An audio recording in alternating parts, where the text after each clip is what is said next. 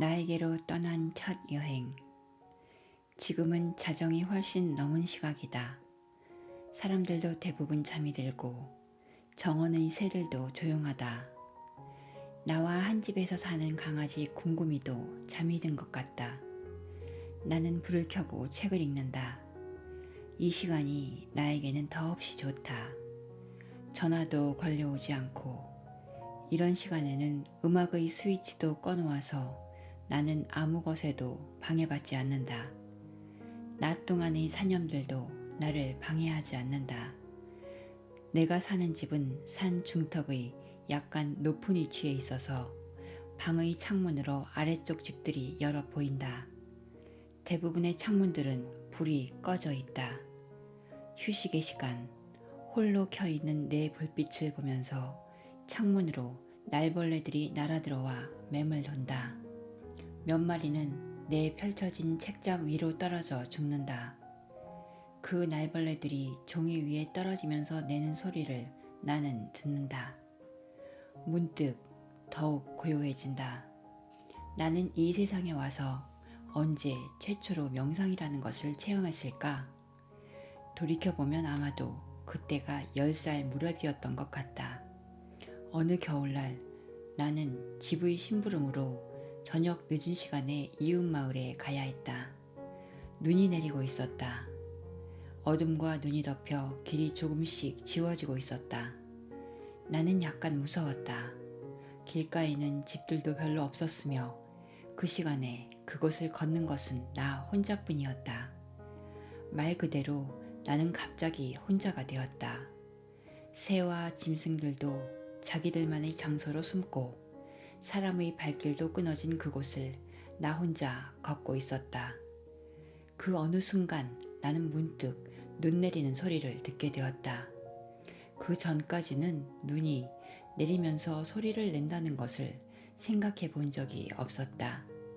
어둠이 깔리고 인적이 끊어진 그 길에서 나는 심부름으로 가져가는 떡꾸러미를 들고 서서 이 세상에 태어나 처음으로 눈 내리는 소리를 듣게 되었다.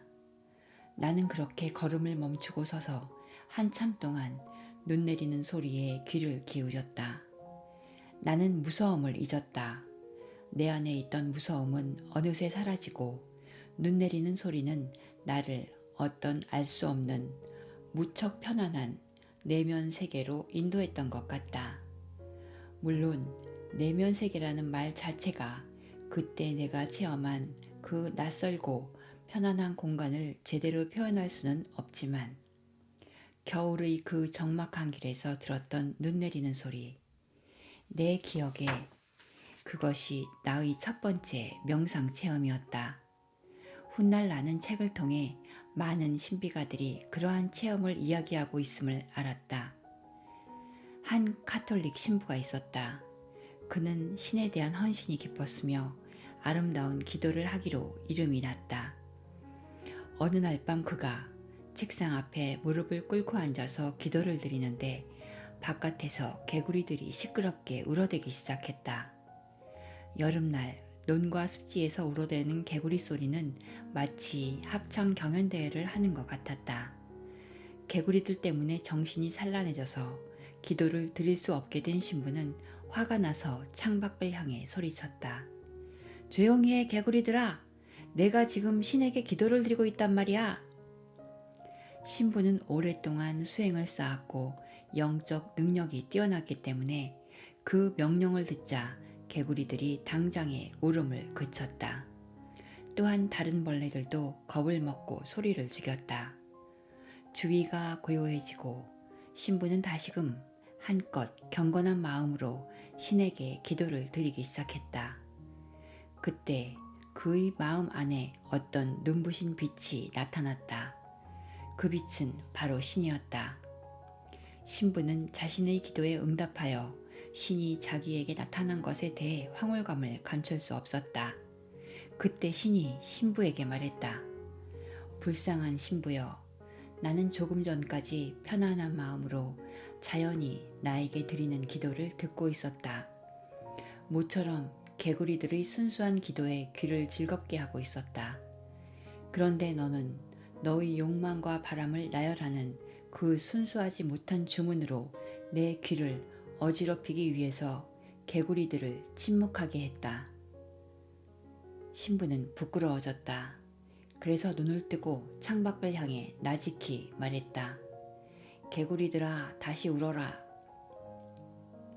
그러자 개구리들은 다시금 한여름밤의 별빛 아래서 목청껏 신의 기도를 노래 부르기 시작했다. 신부는 그 개구리들의 울음에 귀를 기울였다. 그리하여 그의 마음이 우주의 알 수 없는 조화를 느끼게 되고 생애 최초로 그는 기도의 진정한 의미를 깨닫게 되었다. 일본의 선승 바쇼는 또 이렇게 묘사한다. 오래된 연못, 개구리, 풍덩. 주인은 조용하고 선승은 마루 위에서 졸고 있었다. 그때 개구리 한 마리가 연못으로 뛰어들었다. 풍덩. 순간 졸던 자는 사라지고 고요한 그의 내면에 풍덩 소리가 물결쳤다. 그 울림을 통해서 그는 무엇과 만났을까? 그의 마음의 눈은 무엇을 보았을까? 그 겨울녘 눈 내리는 밤길에서의 체험은 나의 가장 순수했던 기도와 명상의 체험이었음을 훗날 나는 알게 되었다. 나무, 들판, 길 위에 눈발이 떨어지는 소리를 통해서 나는 존재의 그 무엇과 만났다고 감히 말할 수 있다. 그것은 늘 외부로만 열려있던 내 감각이 내부로 달아나 잠잠해지는, 그리하여 황홀한 어떤 것과의 만남이었다. 네덜란드의 어느 화가 역시 어느 날 문득 듣게 된 눈 내리는 소리에서 최초의 명상 상태에 몰입할 수 있었다고 고백하고 있다. 명상이란 결국 내가 사라져서 자연과 존재와 하나가 되는 일이라고 한다면 기도 역시 어떤 의미에선 마찬가지다. 그것은 내가 사라져서 신이 내 안에 들어오는 일이다. 한 사람이 신비가를 찾아와서 말했다고 하지 않은가? 나는 신과 하나가 된 상태를 체험하고 싶습니다. 그러나 세상의 소음들이 그것을 방해합니다. 그러자 그 신비가는 말했다. 신을 체험하려면 내가 사라져야 하고 내가 있으면 신이 내 안에 들어올 수 없는데 내가 어떻게 신과 하나가 되는 체험을 할 수 있겠는가? 가장 큰 방해는 세상의 소음이 아니라 바로 너 자신이다. 물론 이 신비가가 너를 강조했음은 두말할 필요가 없다. 지금은 자정이 넘은 시간, 어디선가 물 떨어지는 소리가 가끔씩 들리고 바람이 내 집 뒤에서부터 불어와 나무를 흔든다. 이 시간 다시금 나는 혼자다. 내 펼쳐놓은 책장 위로 벌레들이 떨어지는 소리를 듣는다. 이것들은 나에게 무엇을 속삭이고 있단 말인가? 삶의 허무? 아니면 예기치 않은 순간에 밀려왔다가 한숨지며 가버리는 깨달음? 아버지, 다시금 나는 10살 무렵의 나로 돌아간다. 풀밭에 누워 푸른 하늘을 바라보고 있을 때면 문득 하늘의 어떤 구멍 속으로 내 존재가 한없이 빨려 들어갈 것만 같던 그 무렵, 눈 내리는 소리에 젖었던 다음부터 나는 곧잘 주위에서 들리는 소리들에 귀를 기울이곤 했다. 그 소리들은 단순한 소리가 아니라 침묵을 깊게 하는 소리들이었다. 이것을 고백해야 할까? 사실 내가 가장 행복하고 편안했던 순간들이 그런 순간들이었다. 까닭없이 해명할 수 없는 어떤 두려움과 허무가 어린 나를 덮어 누를 때, 또는 내가 어디서 왔으며 어디로 갈 것인가에 전율할 때, 마치 애벌레가 나비로의 변신을 알지 못하고 떠는 두려움 같은 것이 내 앞에 가로놓일 때, 그때마다 침묵을 깊게 해주던 그 소리들은 나를 시간도 아니고 공간도 아닌 곳으로 데려가 주었다. 너무 조숙했던 탓일까? 아니면 전생에 알아진 것들을 다시 잃어버린 막막함 때문이었을까? 강물이 작은 돌들에 부딪히며 흐르는 소리, 떨어지는 나뭇잎의 속삭임, 이파리에 붙었다가 껍질을 내던지는 어린 매미의 소리, 바람에 덧문이 여닫히는 소리, 그것들에 귀 기울이면서 나는 내 안에 있는 또 다른 나를 만날 수 있었다. 사실 지금이야 말하건대 나에게 내 안에 있는 또 다른 나를 알게 해준 최초의 스승은 나의 아버지였다. 아버지는 명상가였다. 달리 그에게 갖다 붙일 직업이 없었다. 나쁘게 말하면 무의도식이었고 좋게 말하면 무의자연의 삶을 아버지는 살았다. 아버지는 낚시꾼이었다.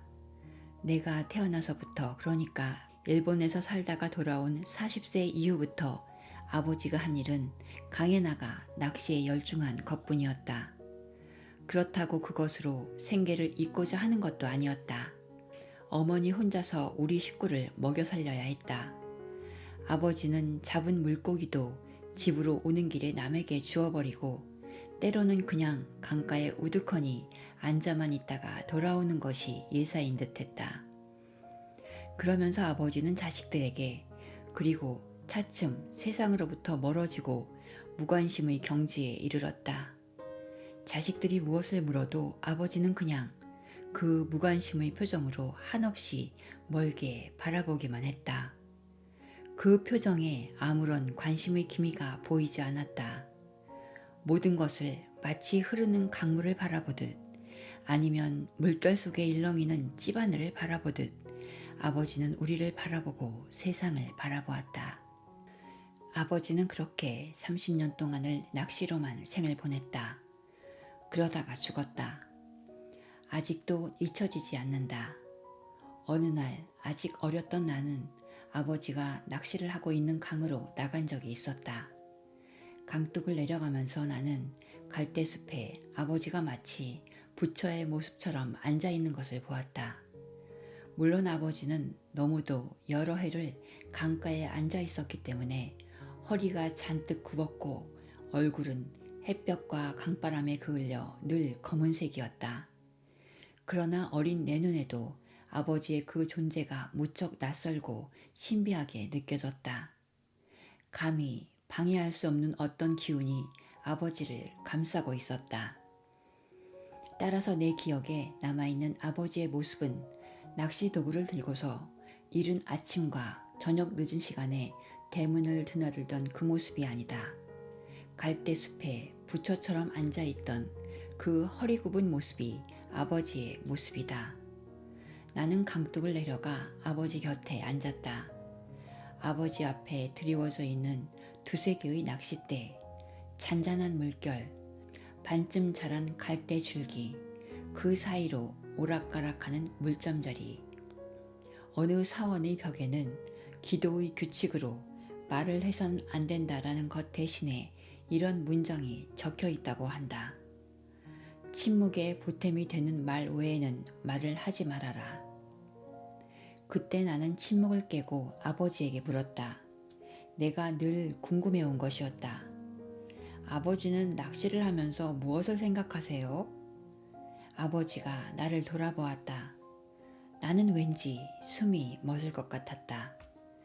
나를 돌아보는 아버지 얼굴에 어떤 거부할 길 없는 광채가 서려 있는 것 같았다. 그것이 무슨 광채였을까? 아직도 나는 모른다. 그것이 무슨 빛이었을까? 나는 모른다. 아버지가 아주 낮은 목소리로 나에게 말했다. 너는 물이 말하는 소리를 들어보았니?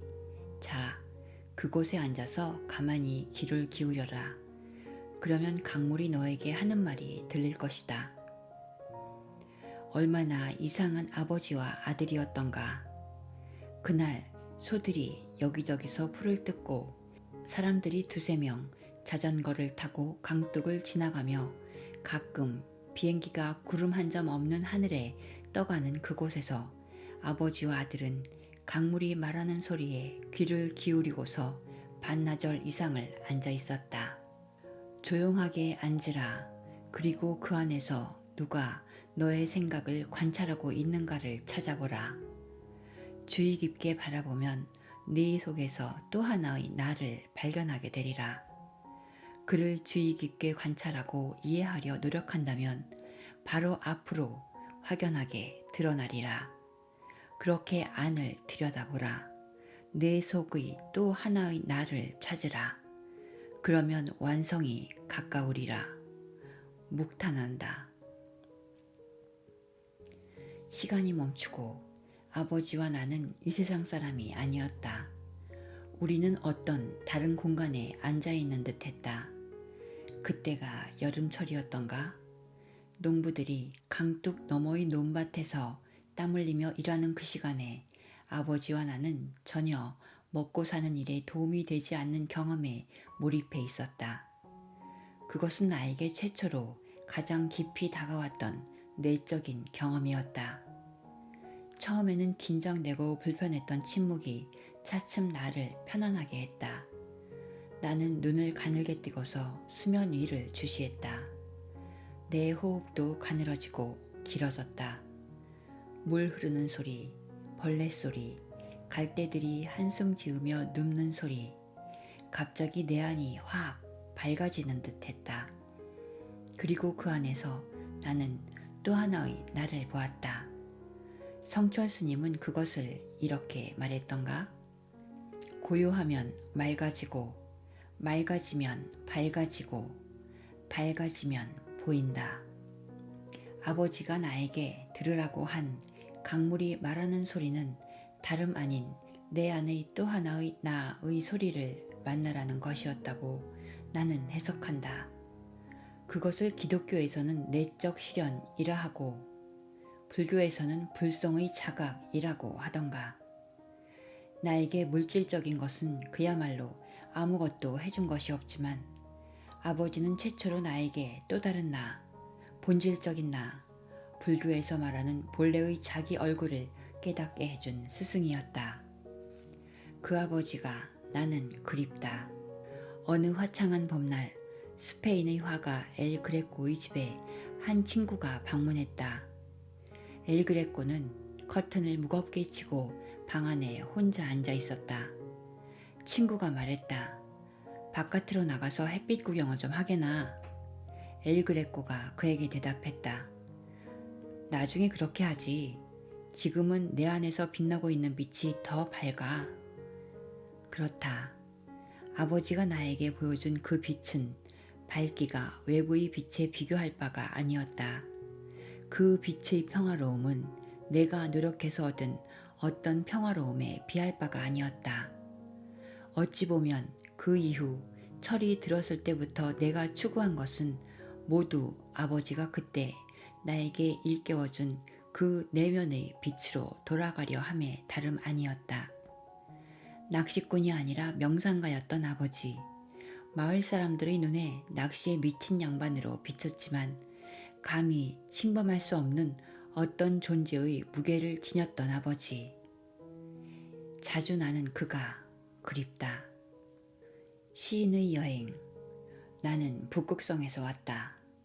어려서부터 나는 그렇게 믿었다.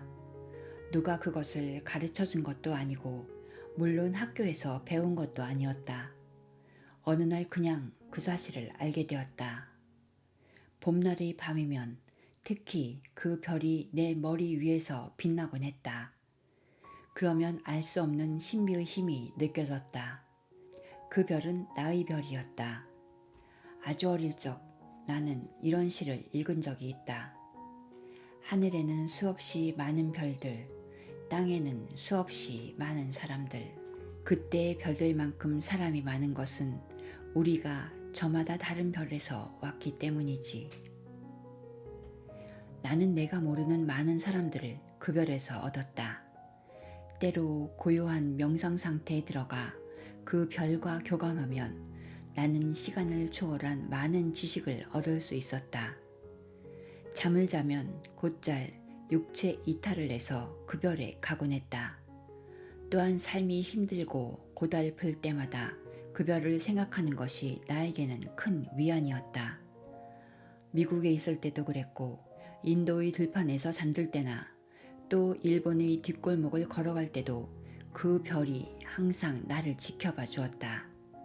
그 별을 생각하면 어디서나 나는 편안했다. 나는 북극성에서 왔다. 북극성에서 온 사람들은 특히 시와 음악과 그림을 좋아한다.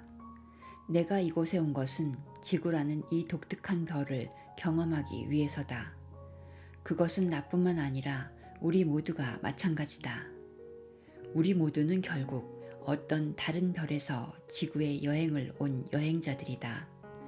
우리 대부분이 잊고 있지만 그것은 사실이다. 한 영적 스승이 제자들에게 물었다. 언제가 밤이고 언제가 낮인가? 밤과 낮을 구별하는 방법이 무엇인가? 한 제자가 대답했다. 멀리 서 있는 동물이 소인지 말인지 구분할 수 없을 때가 밤입니다. 스승은 틀렸다고 말했다. 다른 제자가 대답했다. 멀리 서 있는 나무가 보리수인지 망고나무인지 구분할 수 없을 때가 밤입니다. 스승은 또 틀렸다고 했다. 제자들이 물었다. 그렇다면 어떻게 밤과 낮을 구분합니까? 스승이 말했다. 그대들이 누군가를 바라보면서 그가 동료 여행자라는 사실을 알아보지 못할 때 그때가 바로 깜깜한 밤이다. 우리가 비록 깜깜한 밤 속에 살고 있긴 하지만 우리 모두가 본래 여행자들이라는 사실에는 변함이 없다. 누구는 아득히 먼 별에서 왔고 누구는 이 지구에서 수십 번의 생을 거듭하고 있으며 누구는 또 이제 막 동물계에서 인간계로 넘어왔지만 모두가 여행을 하고 있다는 사실에는 변함이 없다. 우리가 여행 온 이 지구라는 별은 여러 가지 면에서 특별하다. 어떤 경로를 거쳐서 왔든지 일단 이곳에 도착하면 우리는 이곳의 관습을 따라야 한다. 그것은 다른 나라에 가서 그 나라의 관습을 따르는 것과 마찬가지다. 무엇보다도 이 지구별에는 인간의 육체를 하고 태어나야 한다. 그렇지 않으면 물질계 차원의 이 지구에서 생존할 수 없다. 그러기 위해선 부모를 선택해야 하고 어린 시절을 거쳐야 한다. 또 이 별의 언어를 배우지 않으면 의사소통이 불가능하다.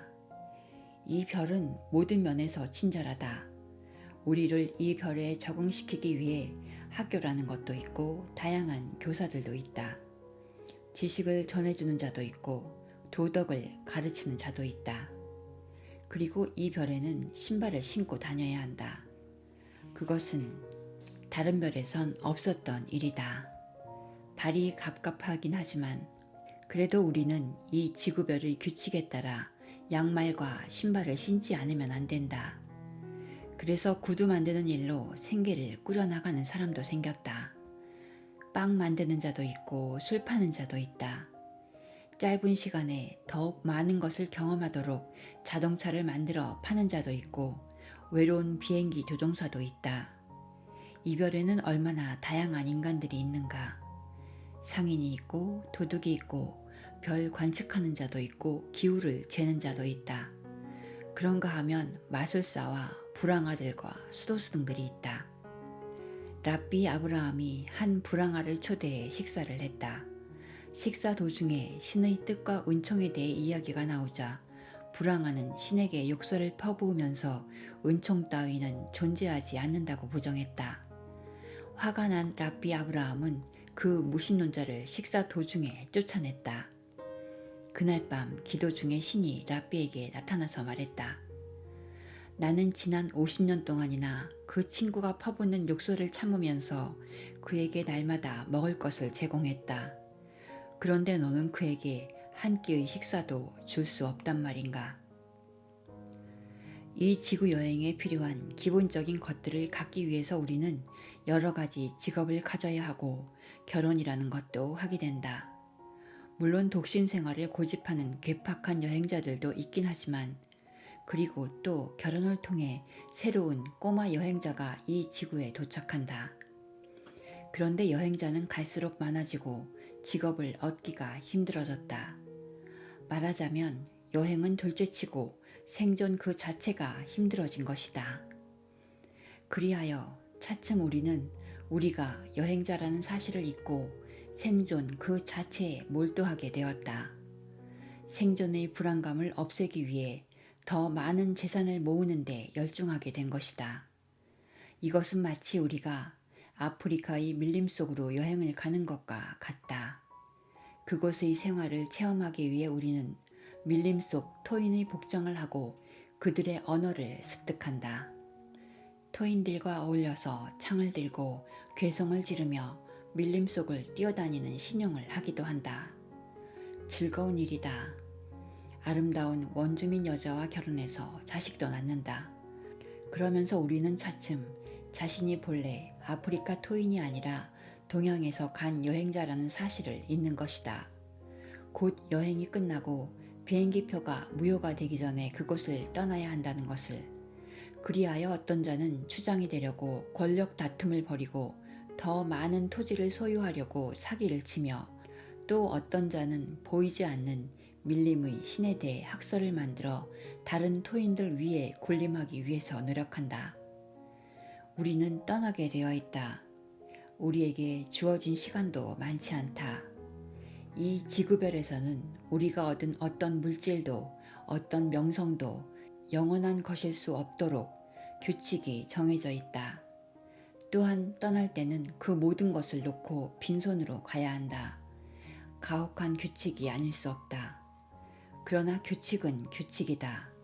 그리고 이 우주의 더욱 가혹한 규칙은 만일 우리가 여행의 목적을 잊어버리고 여행지에 집착한다면 그 집착이 사라질 때까지 언제까지나 다시 그 장소에 태어나야 한다는 것이다. 그래서 똑같은 일을 되풀이해야 한다는 것이다. 생각해보라. 다시 또다시 태어나 똑같이 아프리카 토인들과 괴성을 지르며 줄다름질 치는 흉내를 내야만 한다는 것을. 신나는 경험은 한 번으로 족하다. 그것은 국민학교 과정을 마치지 못하면 낙제를 해야 하는 것과 같다. 그때 그 여행은 고통스러운 것일 수밖에 없다. 한 신비가가 제자들에게 다음과 같은 이야기를 들려주었다. 한 왕자가 있었다. 그는 왕자다운 행동을 전혀 하지 않았으며 늘 문제를 일으켰다. 그래서 화가 난 왕은 어떤 방법을 써도 안 되자 그를 바로잡기 위해서 궁정 밖으로 추방시켰다. 궁정을 떠난 왕자는 용서 따위는 구하지 않고서 거리의 술주정꾼과 노름꾼, 창녀들과 어울려 생활하기 시작했다. 그들의 일원이 되었을 뿐만 아니라 서서히 그들의 지도자가 되었다. 여러 해가 흘렀다. 왕은 늙어 죽을 날이 얼마 남지 않았기 때문에 아들을 궁정으로 데려와 왕위를 물려주고 싶었다. 그래서 대신을 아들에게 보냈다. 첫 번째 대신은 많은 수행원을 데리고 왕자가 있는 불황아들의 집단으로 갔다. 그러나 왕자가 아예 대화를 거부했다. 그래서 두 번째 대신은 왕자를 설득하기 위해 자신의 신분을 감추고서 마을로 들어가 먼저 그 불황아 집단과 친해졌다. 그리고 그 자신이 자유를 즐기기 시작했다. 궁정 안에선 전혀 자유가 없었다. 궁정은 마치 감옥과 같았다. 그러나 불황아들의 집단 속에서는 모두가 자유로웠다. 아무도 서로에게 간섭하지 않았다. 그래서 결국 대신은 자기가 그곳에 온 목적을 잊고 그들과 함께 생활하기 시작했으며 영원히 왕에게로 돌아가지 않았다. 왕은 무척 걱정이 되었다. 이제 달리 방법이 없었다. 그는 세 번째 대신을 선택했다. 이 대신은 지혜로웠기 때문에 떠나기 전에 석 달간의 여유를 달라고 부탁했다. 그래야만 자신의 임무를 수행하러 떠날 수 있다는 것이었다. 왕이 물었다. 무엇을 준비하기 위해선가? 그 대신이 대답했다.